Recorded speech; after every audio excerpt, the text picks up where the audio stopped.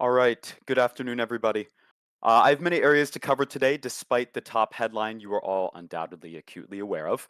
I will get straight to the point since I'm confident you have a range of questions for me after yesterday's intrusion into the State of the Union. Firstly, the President and Vice President are safe and in great condition. Despite some injuries sustained last night, which I will soon go into detail about, they are both fully able bodied and alert. The business of the nation carries on with President Roberts and Vice President Norton at the helm. The public and the media can rest assured by this and by the fact that the entire government remains completely operational. Some of you representatives in the Congress may be shaken, but they are not deterred. So at around 12:30 last night, President Roberts was discharged from Walter Reed National Military Medical Center with a minor injury to his left ear. Earlier in the evening, following the intrusion into the House chamber, the president was swiftly evaluated by Dr. Steve Rossi, the physician to the president. Dr. Rossi concurred with the officials at Walter Reed and has reported a medical evaluation detailing a laceration on the president's ear, done by a knife still being searched for by law enforcement entities. This evaluation will be disseminated to the public and the press for viewing shortly. The laceration measures 3.1 centimeters in length. I'll now quote Dr. Rossi in his evaluation. There was moderate localized bleeding, which was controlled on site by Secret Service medics before transfer to the White House Medical Unit. The wound was cleansed thoroughly and sutured under local anesthesia. No hearing loss was detected. The president remains alert, stable, and in satisfactory condition. No further surgical intervention is anticipated at this time. He goes on to say that President Roberts is expected to make a full recovery with, quoting now, no long term impairment, end quote. He will, of course, follow up with the president in 48 hours. Now to Vice President Norton. His injury was more serious, but he, just like the president, is recovering well, but is limited somewhat with physical activity to preserve healing. I'll quote the statements given to us by Dr. Rossi once more. The vice president suffered a single stab wound to the proximal lateral aspect of the left thigh. The penetrating wound was approximately 4.1 centimeters deep, but did not involve major vascular structures or the femur. Emergency response teams applied a compression bandage and initiated IV fluids before the patient was transported under secure escort to Walter Reed National Military Medical Center. A CT scan confirmed no internal bleeding. The wound has since been irrigated, closed with sutures, and dressed. He returned to the Naval Observatory after discharge from Walter Reed about an hour later from the president at around 1:30 a.m. this morning. Dr. Rossi's prognosis states that Vice President Norton is in stable condition and will remain under supervision for the remainder of the day. A full recovery is expected in 7 to 10 days, with obviously some physical activity restrictions applied. In conclusion, Dr. Rossi reports the following. Both the president and vice president are receiving appropriate medical care and are under continuous observation. There is no threat to their capacity to fulfill their constitutional responsibilities at this time. Now, I can tell you that I personally saw both the president and vice president today. President Roberts made a joke first thing, saying, "Bad go of it, but gosh, some of you really must not like me. You'll have to try again if you want me down and out." Although many of us are now familiar with how this intrusion occurred, I am more than happy to provide any clarifications or answers to your questions in a few moments. Additionally, President Roberts released a slew of nominations yesterday afternoon. I'll read off some of the most significant. Edward Chambers and Feller von Haas, the third to be Associate Justices of the Supreme Court. Senator Cyrus Bean to be Attorney General of the United States. Marshall Langford to be Director of National Intelligence. Melissa Walker to be Director of the Central Intelligence Agency. And I know I just got a question about this at yesterday's briefing. Here it comes. Michael Rossi to be Secretary of Homeland Security. And finally, Chris Alden to be Secretary of the Army. Just as I stated at yesterday's briefing, these candidates are all exceptionally qualified and capable leaders. They look forward to their hearings in relevant Senate committees and swift nomination processes so they can begin heading their respective departments and agencies. Going across the pond, the world was changed yesterday. The President and Mrs. Roberts expresses their deep condolences to the royal family and the people of the United Kingdom. Queen Sophie happily committed herself to the people she ruled, doing so with distinct kindness and remarkable generosity. She was an inspiration to millions of women and young people across the globe. Her legacy lives on in her husband, His Majesty King Matthew, and their children. The United States stands proudly and unfalteringly with our oldest, strongest ally in this time of mourning.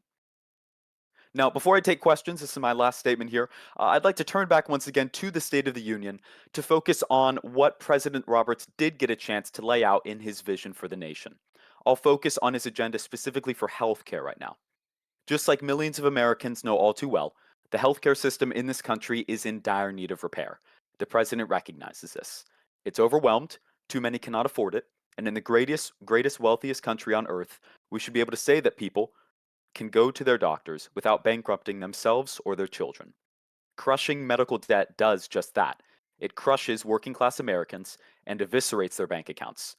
This must change, and the president recognizes this, which is why in last night's State of the Union address, he said, and I quote, "So tonight I'm proposing the most comprehensive overhaul in a generation, the American Healthcare Accountability and Affordability Act, built on five pillars: transparency, access, simplicity, responsibility, and competition." I'll end quote there. He goes on to say throughout the address, focusing on those 5 points regarding his proposed reforms to healthcare, that essentially the American healthcare system is not functioning as it should. And for working class people and middle class Americans, that simply is unacceptable. For them, when they go to the doctor's office, sometimes they're levied with bills, and don't even get me started on if they go in for surgery, they're levied with enormous bills that destroy their lives. Some people are literally having to mortgage their homes. Um, uh, that's ridiculous in the United States of America. President Roberts recognizes this, which is why in his address last night, that was the first policy point he made in his address to the nation. And I expect that tonight, at the president's address to the nation at 7 o'clock p.m. Eastern Standard Time, he will continue from where he left off yesterday evening. So thank you so much. Now I'm happy to answer your questions. But before I do, let me just say that in about an hour from now, the United States Secret Service will also be holding a press briefing, obviously regarding the intrusion into the State of the Union address last night. I will defer a lot today. In terms of questions you may have regarding ongoing investigations to that press briefing and to the United States Secret Service and federal law enforcement agencies. There is a strict standard in the White House historically to not comment on ongoing investigations for concerns of the separation of powers. Today, I will comment somewhat, but to a lot of these specifics, I will defer to our colleagues and the officials at the United States Secret Service. So thank you so much. I appreciate you for listening. Who would like to kick us off for a question?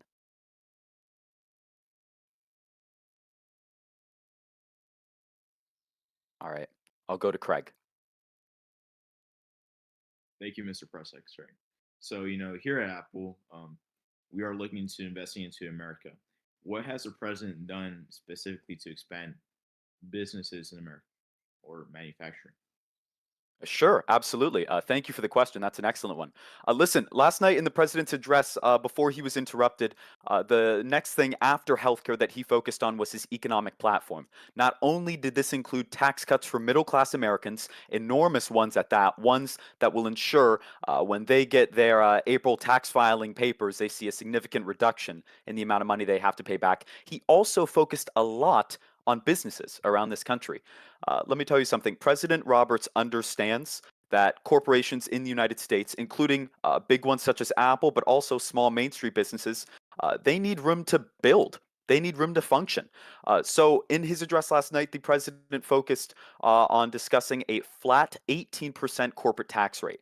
I think that the best way, and the president thinks this as well, the best way to improve business growth in this country is by reducing your taxes and ensuring you do have room to grow. So he's looking to cut the corporate tax rate, and he does that for reasons that I just listed off, um, but for many more. And I'd be happy to continue on if you'd like me to. But do you have another question? No. Thank you, All Mr. right. Press Secretary. Absolutely. Thank you so much. Excellent question on businesses. To Mr. Wilson now. Thank you. My question is, what will the president do to lower the price of Ozempic? Because I have to pay $600 a month for my Ozempic. Sure, sure. I completely understand what you're saying there. Listen, like I said in the statement I just gave, the president's. Excuse me, I'm getting a word here. Okay, thank you very much for the pause there. Okay. In terms of your question regarding pharmaceutical payments, in the State of the Union address last night, the president focused on this. I'll find an exact note for you here. Just give me one moment. Let's see here. Here we are. So the president said last night, and I quote, "We will let Americans use health savings accounts to pay for their for these memberships." Memberships referring to direct primary care memberships. And he also notes that he will offer tax credits to businesses who adopt it and run Medicare Advantage pilots to test it nationwide and get it to our seniors.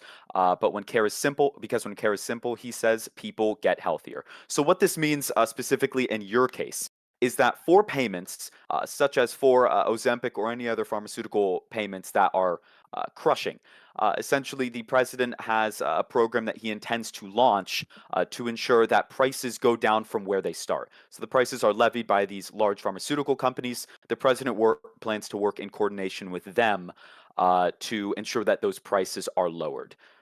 He also notes in the address and in other conversations that he will look to cap certain payments on different medical needs, such as, for example, Ozempic. Oh, well, thank you very much, Mr. Secretary. Absolutely. Thank you, Mr. Wilson. Okay, next I will move to Olivia. Hello, can you hear me? I can. You mentioned that the president wants to cut the tax rate to 18%. Now, what does he want to do to make up that deficit in revenue? I'm sorry, can you repeat the last part of your question? What does he plan to do to make up the revenue loss? Sure, absolutely. The president obviously is for tax cuts for working class Americans, for tax cuts to businesses, small and large. However, the question does remain, how will he pay for such tax cuts? Let me tell you what the president doesn't believe before I get to the main point of your question. The president doesn't believe that we can cut these taxes without suitably paying for them. He is not a president who, like his predecessors in the past, goes towards increased spending and sometimes even towards tax cuts that then balloon our deficit and therefore our debt as well. This president is responsible with the finances of the nation. He believes that Americans' tax dollars need to be well spent. That is why, to pay for this program of tax cuts, he will plan to enforce strict fiscal guardrails. So essentially, no new agency debt without the Congress. He will modernize the PAYGO system, and he will have real accountability for every dollar spent. That means cutting waste in government departments and agencies. The federal government is an enormous apparatus. It has millions of employees, and you would not believe the amount of waste that goes into all of this spending that could very easily be cut if it's found. The difference between this White House and others, perhaps, is that when we attempt to cut waste, we analyze it, we look into it.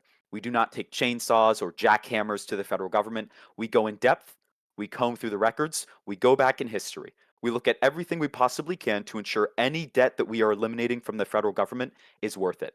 Additionally, to pay for the tax cuts, the president intends on closing the major tax code loopholes that are utilized by certain privileged Americans in order to not pay their federal income taxes and other types of taxes. So closing those loopholes is critical to the agenda in order to pay for those tax cuts. And what happens if those cuts are made and the revenue still isn't met with the bar of revenue that is lost?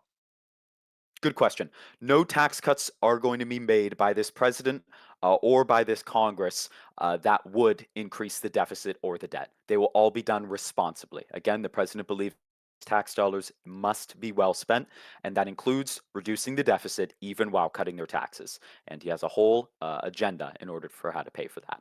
Do you know when it will be released? His agenda? Sure. Yeah. So, a partial bit of the agenda was released about a week ago now. It focused mainly on healthcare and housing. That is going to be dispersed, I think, publicly in the next few hours. For the remainder of his agenda, the economic platform, infrastructure, etc., that will be covered tonight in the president's address at 7 o'clock p.m. He is essentially going to continue from where he left off at the address last night. And so you can expect to hear from the president directly tonight. And then, of course, those proposals go straight to our friends down Pennsylvania Avenue. And for that, we will then go into negotiations with them. Okay, thank you. Can you bring me down? Yeah, absolutely. Thank you so much. I appreciate the question. Next to John. Yes, hi, can you hear me? I can, yep. Yep, John Kleinberg from YouTube News. I have a two-part question for you. So the president had a meeting earlier today with the Prime Minister of Israel. Are you able to discuss any of the details, any topics that were discussed? And for the second part, with the rampant anti-Semitism in this country, does the president have any comment to the comments made of from the president of Finland, with his rampant anti-Semitism and hatred for the Jewish American Heritage Foundation? Thank you. Thank you for both of the questions. Excellent. I'm so sorry. I nearly forgot to cover it, but I appreciate the question. Yes, this morning, like you just stated, the president had a meeting with the Prime Minister of Israel. It was incredibly productive. They met for, I believe, just over an hour. And in that discussion, I can't go too far into details. A lot of it concerned the national security of our two states. However, the president discussed at length with the Prime Minister much about the continued security of his nation. Obviously, our relations between our two countries. They are one of our strongest allies, especially the strongest in the Middle East. And they also discussed ongoing conflicts around the world. As I'm sure you're familiar, just a few countries over in Central Africa from Israel, we are seeing the buildup of a terrorist organization that has executed a Danish diplomat and intends on sowing more chaos around the world in the international community. So I can assure you that they discussed that as well. That's your first question. To your second question, I'm sorry, would you mind? Oh, I'm sorry, anti Semitism. Yes, absolutely. Well, let me just say the president supports every religion, every ethnicity, everybody. This president is one who believes that the differences in this country do make us stronger. He echoes the sentiments by former President Ronald Reagan in saying that America should be a shining beacon on a hill. And I'm paraphrasing President Reagan now, but America should be a place this president believes where you can come, regardless of your background or where you're from, and be able to become a successful American. That is the American dream. He works to uplift that every day. The president comes out strongly against any actions regarding anti Semitism or discrimination against the Jewish community. It is wrong. Dead stop. And this president continues to work against anti Semitism in his work to support federal anti-discrimination laws, federal anti-hate crime laws. I can assure you that the president will continue to back those laws, but also look into reforming them. You know, the world is evolving. Discrimination is not going away anytime soon, and so our laws must be updated as time goes on. So this White House continues to stand with the Jewish community in the United States of America, and of Well, course our allies. well, thank you for that. I appreciate that. I'm a strong supporter of the president, and he knows our stance, especially with the Jewish American Heritage Foundation. But my question specifically was on the president of Finland and if he can condemn his actions today. And let me just quote what the Finnish president said, quoted here in the US. He said, Israel, and I quote, Israel can fuck itself. He mentioned the sand pit is last. I'm way bigger than Israel. Israel more like is not real. Let me continue on. He said, it's all in here. We have logs of everything. We can send it to your office. Posted a video of a Nazi. He said, Israel's gay, Israel's weak, Israel's not real. Is there any comment you can make, and can the president condemn those quotes? Yes, absolutely. Thank you.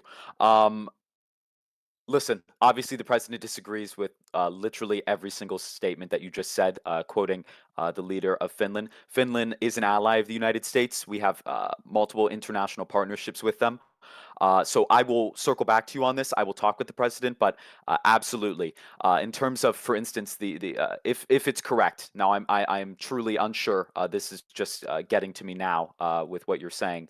If it's true that neo-Nazi material was posted by the leader of Finland, full stop, the president condemns that Yeah, we absolutely can the send entire White you. House. We can send you the logs to the president's office.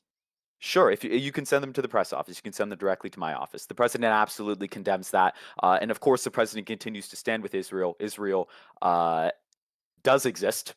So the point that Israel, the joke made, quote unquote joke made that Israel, the play on the name of the state of Israel, that's just fundamentally wrong, and it's Right, categorically false. especially coming from a world leader, it's extremely unacceptable, in my opinion.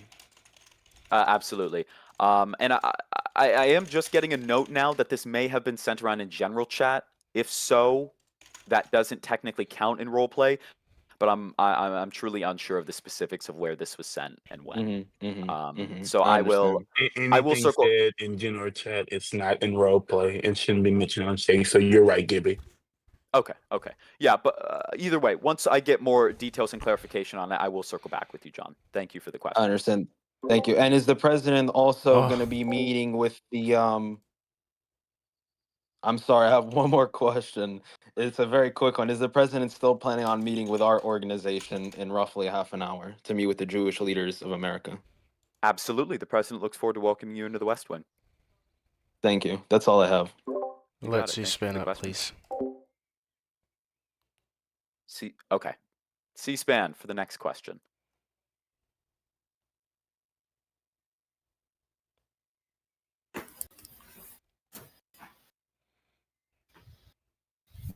Hi, Eric. Hello. How you doing? Hello. Fine. 1 second. Okay, so I have a few questions, or I have a question. Go for it.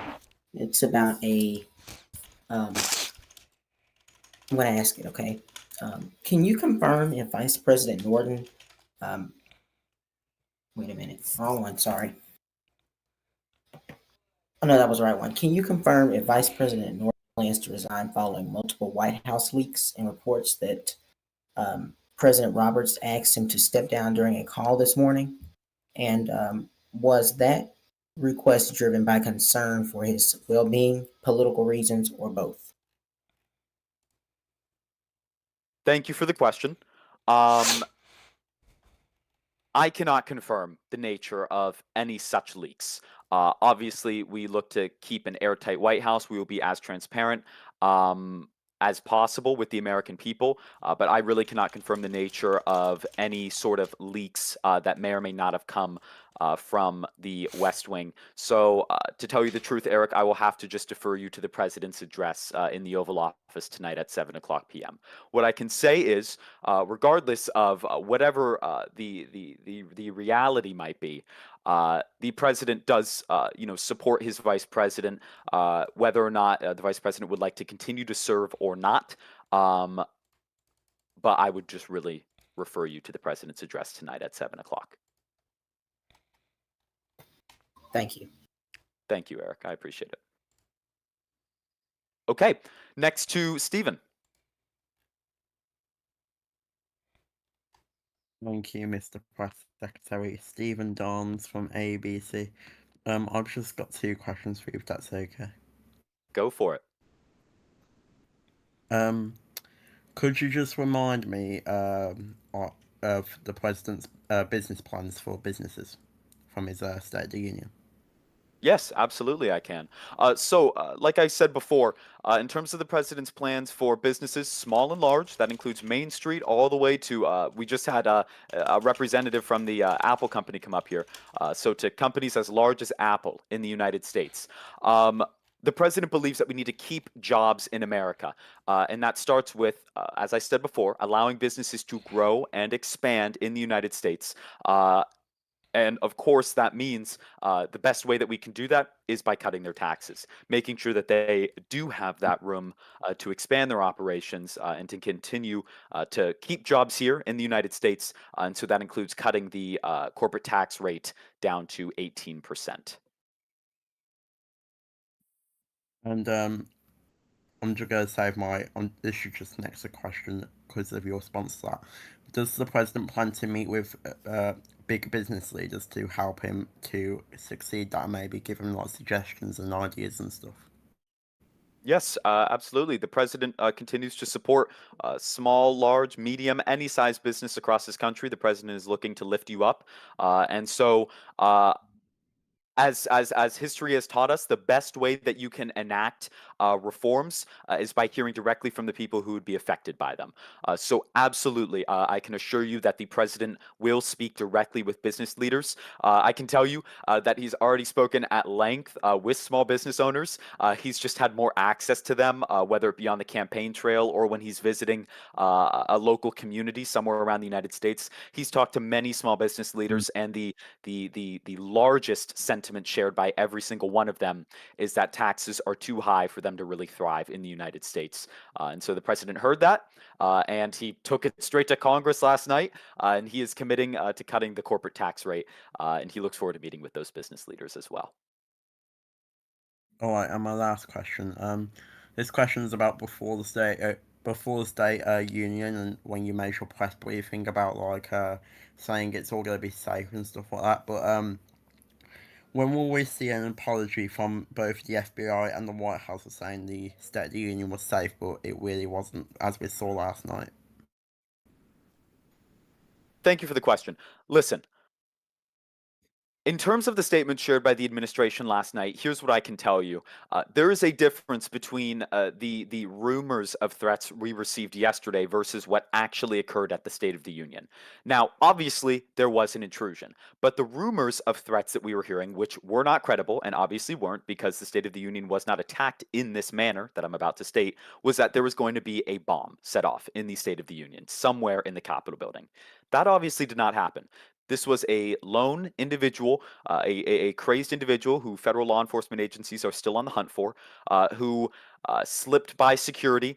It was a failure on the security in the Capitol building's part, who slipped through and was able to access the House chamber and obviously the Speaker's rostrum. But the completely that nobody was going to die. Obviously, nobody did. Regardless of if an intruder slips in or not, there was so much security in the House chamber and outside of it that as soon as they were in, they would have immediately been apprehended. Obviously, it's because of the amount of panic that occurred. Because I think that it was just a mess. There were hundreds of people in there on the floor, and security had an incredibly difficult time of getting to the actual intruder before he evaded them. Um, but we knew that nobody would die, and that is why we encourage people to come. It is an incredibly unfortunate circumstance that somebody was still able to intrude on the president's address, but members of Congress were safe. They were not the target. Right. Thank you for the questions. I appreciate it. To Boris now. Hello, Gibby. Can you hear me? I can. Wonderful. Just one question. Perhaps a more lighthearted topic. With Sure. the president getting stabbed. Big case before the Supreme Court tonight. Any comments from the president? Sure. Listen, I would just repeat to you exactly what the founders of America have ingrained in the President of the United States across history, which is that there is a clear separation of powers between the executive and the judicial branch. However, I can assure you that considering the nature of the case and its significance for the United States of America, the president will be tuned into the oral arguments, and he looks forward to hearing a decision by the Supreme Court. All right, thanks, Gibby. Absolutely. Thank you. To Bill now.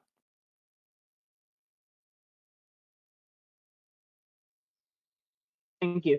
So my question to you, is the president looking to find an OMB director, or does he have one in mind already?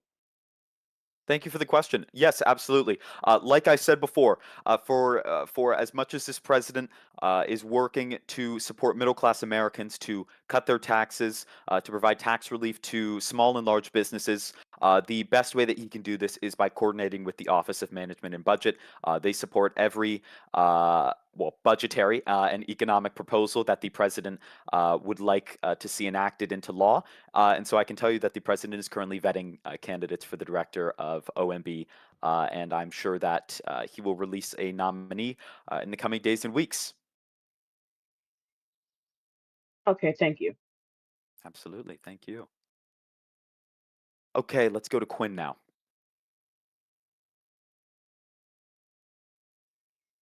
Good morning. Good morning. All right, my question is going to be about the agenda that was released earlier today. Um, can the administration provide a timeline for when they plan on reaching the proposed 90% debt to GDP target by 2050, and what milestones will mark progress? Excellent question. You're referencing, I'm sorry, can you repeat what you said exactly? Yeah. Can the administration provide a timeline for reaching the proposed 90% debt to GDP target by 2050, and what milestones will mark their progress? This is in Absolutely. I the was fiscal looking. responsibility and debt reduction section. Sure. Yeah. I know exactly what you're referencing. Listen, in terms of a timeline, I was looking for this one because the timeline is quite evident. Last night, the Senate passed the President's American Recovery and Responsibility Act. This legislation enacts much of the agenda pieces, especially the one that you just mentioned, into law. So the Senate has passed this last night. I know there was a lot of chaos going on yesterday evening, so a lot of media outlets and the public may have missed this. But yeah, the timeline is pretty much set in stone now. The Senate has passed it. It now goes to the House of Representatives for them to consider. And after their consideration, it will go to the president's desk. I'm sure there may be proposed amendments and whatnot, as is the legislative process. But in terms of a final deadline for passage, I would expect it in the next couple of weeks. That is how fast we move here at the White House. We propose something, we negotiate and talk with our colleagues on Capitol Hill, and then we see it passed in the chambers of Congress. All in, by the way, may I just say, a week of this president being in office. Thank you. So in the same section, it says they want to establish a fiscal commission with legislative authority to propose revenue and spending reforms. So what kind of legislative authority will the proposed bipartisan fiscal commission have, and how will its recommendations be enforced or enacted? Sure. Thank you for the question as well. Listen, in terms of legislative power for that commission, I would say that the president is looking mainly for them to have a more recommendation powers. So they will obviously either House of Congress will form this commission, and it will be bipartisan, as noted in the proposal, Republicans and Democrats, and they will work to analyze the federal government, and just as the president proposed in the State of the Union address last night, work to eliminate everything from wasteful spending in the federal government to tax loopholes. They will work together on that and then submit a recommendation to either House of Congress on passage for specific laws. So they will not actually have any powers such as like a committee in the House or the Senate. They are just a commission, so they will make recommendations and proposals. But aside from that, their job will basically be to give us the how. We have the ideas now. How will we enact it now? And they can give that to the Speaker and to the Senate and the House. All right, thank you. And my last question: what specific areas of wasteful spending are targeted in the $300+ billion in cuts, and how were these identified by the GAO? How were these? Did you say advised by the GAO? Identified. Identified by the GAO. Okay, thank you for the question. Yeah, so essentially, what we've been doing at the White House and across the federal government for the past week now is looking across the federal government, going into literally every department and agency and having conversations with the heads of each section of those departments and agencies. We've been talking to them about what's been working for the past couple of years and what hasn't been working. There are a lot of programs across the federal government that the president and the White House have control over that simply do not produce a decent result for us. They were tried and they unfortunately were not successful, except the federal government is so large and Congress has such a heavy load each fiscal year with the budget that they were essentially forgotten to be eliminated by the budget process. And so we've looked at a lot of those programs and a lot of those initiatives and we've cut them. There were also several different in several different departments. I know the president has seen that there was certain how would I word it? There were certain funds not actually going to the areas that they were allocated for. This happens all the time in federal government. Again, the budget is enormous. Money does sift around a lot. And so we identified a lot of money that was not correctly appropriated. By the GAO assisted us in those efforts, and we cut that money if it wasn't going to its right place, and we will reinstate it if we see that it is actually necessary. Great, thank you. That's all my question. Absolutely, absolutely. Let's see. I will go to Michael. Thank you, Mr. Press Secretary. Does the president have any statement on the recent statement that the House Majority Leader made, stating, and I quote, "Any Senate Republican bill that comes to the House will be made." Does the president have a statement on that? Sure. Thank you for the question. Throughout his address yesterday to the Congress, members of Congress were sitting in the audience. They could hear this very clearly in person. The president stressed so much in that address that bipartisanship is the root of how he will accomplish his agenda. He's a Republican, but the difference is he plans to work with the opposite side of the aisle, both because, we have a divided Congress, but also because it's in the best interest of every single American that Republicans and Democrats find common ground where they can and collaborate. So regardless of whatever statement the House Majority Leader made, I'm unfamiliar with it. You're just bringing it to me now. The president still hopes to work with them in a bipartisan manner, and he will. The thing is, regardless of any political statements that might be made, there's a huge difference between what actually happens and what's said for the cameras. Listen, it's a divided Congress, but we still control, the Republicans, still control the majority of the federal government. If Democrats want to see their agenda enacted into law, and we agree on some policy points, we can work together. If they want to see parts of their agenda enacted into law, then they have to work with the president. And the president is all ears for their proposals, which is why just a couple of days ago he met with congressional leaders in the cabinet room. And they had an incredibly productive discussion where I can promise you sentiments such as ensuring that every Republican bill coming to the Democratic-led House was shot down, that was not shared. So I can assure you and the American public that behind closed doors, it is a very different story.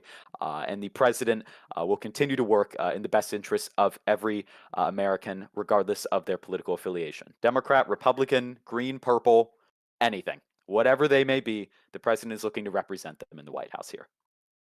Wonderful to hear. That's it for questions. Thank you. All right. Thank you so much. I appreciate it. Okay. Let's go to Nicholas now. All right, how are you doing, Press Secretary? I'm doing great, doing great.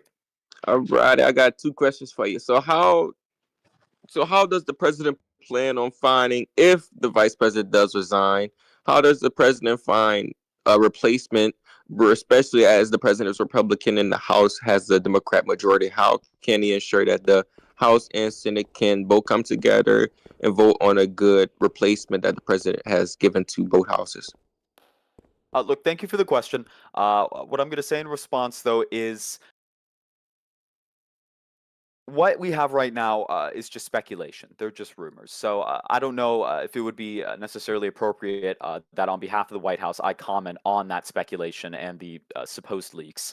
What I am going to do, though, is refer you to the president's address at 7 p.m. tonight, where I'm sure any of your questions regarding both his agenda, his economic, healthcare, infrastructure, housing, veterans affairs, defense spending agenda, it's all encompassing. That will be discussed at length tonight in his address, as well as a lot of the questions that you might have right now.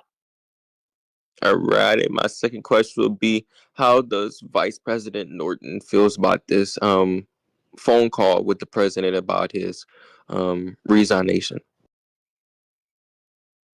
You're referencing a phone call between the vice president and the president? Sorry, not the phone call. Sorry. How does the vice president feel about the president asking him to resign? Sorry. How does the president and the vice president are strong partners. They have been. They were elected together. They are serving together right now, fighting for every single American, and they will continue to do so. And like I said before, I won't comment on any sort of speculation or rumors. The president's address tonight at 7 p.m. will clear that up. All right. Thank you, Mr. Press Secretary. Absolutely. And let me just make one more comment. The vice president has been a continuous fighter, just like his partner, the president, in fighting for working class Americans, in fighting to improve the everyday lives of Americans. And he continues to do so. Right now, I'm sure he is inside of a meeting discussing at length the different policy proposals that the president was able to discuss in his address last night. So the vice president continues to support the president and vice versa. But I would really encourage the public and the press to tune in tonight at 7 p.m. If they are interested in what's going on in their government and with their president. Next, I'll move to Quinn. All right. Yeah. Thanks. One question. What does the president have to say about the King Wesley Voting Rights Act was tabled in committee? The president has I not had a chance to review the legislation. As I'm sure you can imagine, he has a swamped agenda, especially since that legislation was proposed and acted on right in the lead up to the state of whether that is a two-state solution or whatever other proposals there are.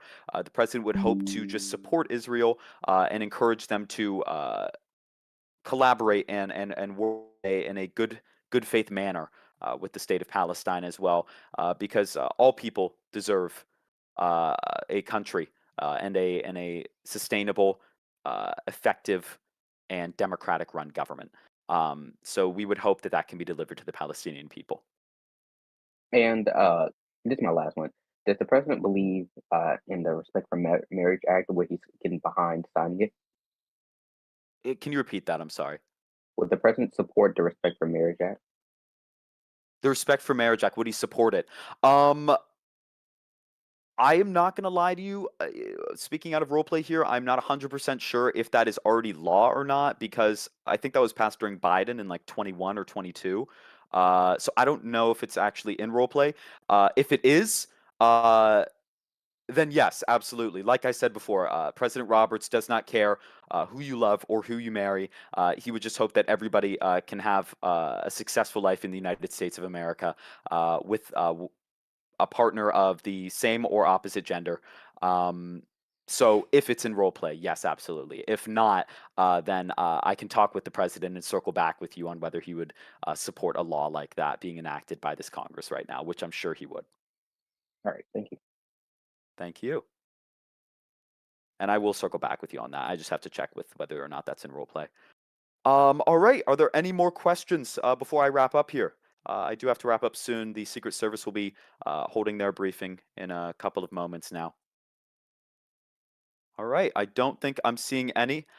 Folks, thank you so much for coming out again. I understand that there has been a lot of confusion. There's been a lot of misinformation spread about the events that occurred last night. What I can promise to you once again, just to reiterate this, the President of the United States and the Vice President of the United States are in totally stable condition. They are carrying on with the business of the United States. Like I just mentioned, the President just met with a foreign head of state and government, which was the Prime Minister of Israel. The Vice President, I'm sure, is in and out of meetings all day today. He does have some physical restrictions just because of the wound to his leg, but both are under supervision. I'll put it very simply. This is the White House. There is no greater job for a lot of people in this building than ensuring the safety and security of both of the leaders of our country. And so they are under constant supervision by medical professionals. And the physician to the president will soon be dispensing his medical evaluation of the president and vice president. So you can view that as well. Otherwise, I would encourage you, the public and the press, to ensure that you are tuning in to the President's Address to the Nation. That is tonight at 7 o'clock p.m. Eastern Standard Time. In it, he will take from where he left off last night before he was interrupted. And he will continue on by laying out his agenda for the nation for the next 3 years that he is in office. And he is incredibly eager to submit this to the Congress in full and to see it enacted into law. Something else that I just want to highlight before I wrap up here, let me just say, a major bill was passed by this president just last night. The Senate passed the American Recovery and Responsibility Act of 26. We'll be coming out with a full official statement in regards to that passage by the Senate, but we are very eager for this to make it to the president's desk. He looks forward to signing this into law. This was a bipartisan effort. Democrats and Republicans supported this legislation. It was much of the credit goes to Senator Allen. He is the chairman of the Senate Republican Conference, as well as the chairman of the Senate Appropriations, Budget, Small Business, Financial Services, and Entrepreneurship Committee. He was instrumental in the passage and the drafting of this legislation. He worked very closely with us at the White House here. And so we were so happy to see that passed by the Senate yesterday. Once again, like I said, the president looks forward to signing that into law. That is an enormous part of his agenda, and the part of his agenda that I think the American people will be able to feel the most, especially in their wallets and in their tax filings. So we look forward to that being enacted. Otherwise, let me once again pass along our condolences to the royal family and to the people of the United Kingdom on the loss sustained by both their nation and the world yesterday when Queen Sophie sadly succumbed to the glass lung virus. We are keeping the royal family and obviously our strongest and most historic ally in our prayers and in our thoughts. I know that President Roberts will soon be speaking with the Prime Minister and the King to discuss both our relationship and, of course, the mourning procedure that the United Kingdom is undergoing right now. But like I said, him and Mrs. Roberts passed along their sincere condolences regarding that. Otherwise, thank you all so much again. I appreciate it. To everybody I said I would get clarifications and circle back to you on. We have taken note of everybody. I will get back to you. It might take a few days now, but for some of you, it should be today that I get back to you on some things. And I know a lot of your questions were regarding specific details in the president's address to the nation tonight. Like I said, I would encourage you to tune in tonight, 7:00 p.m. Eastern Standard Time. Folks, thank you so much. I appreciate it. Have a great day. That's a full lid for the press corps.